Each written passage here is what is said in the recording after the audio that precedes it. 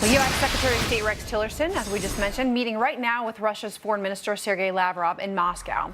No doubt the future of Syrian President Bashar al-Assad is topping the agenda there.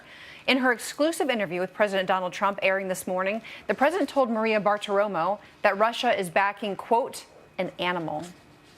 Frankly, Putin is backing a person that's truly an evil person. And I think it's very bad for Russia. I think it's very bad for mankind. It's very bad for this world. Joining us now is Evan Siegfried, a GOP strategist and former press assistant to the Giuliani presidential campaign. Evan is also author of GOP GPS. So, Evan, welcome back. Thank you.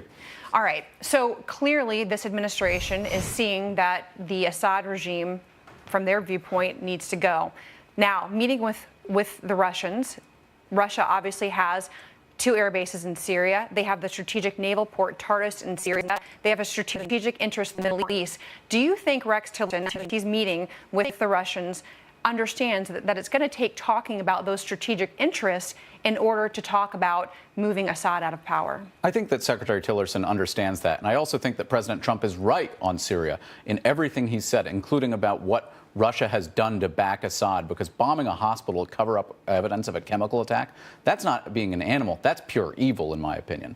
But we're looking at a situation where it's clear from Ambassador Haley on that there's no political solution, and this is going to require some use of force, but the American people have no appetite for that. There are options that the president can do with the authorization for the use of military force that do not put boots on the ground, protect the people of Syria, and does put pressure on Assad to step down and leave power. So 2 questions. Are we seeing a change in policy towards Syria, number 1? And number 2, is Russia's support for Assad just unconditional?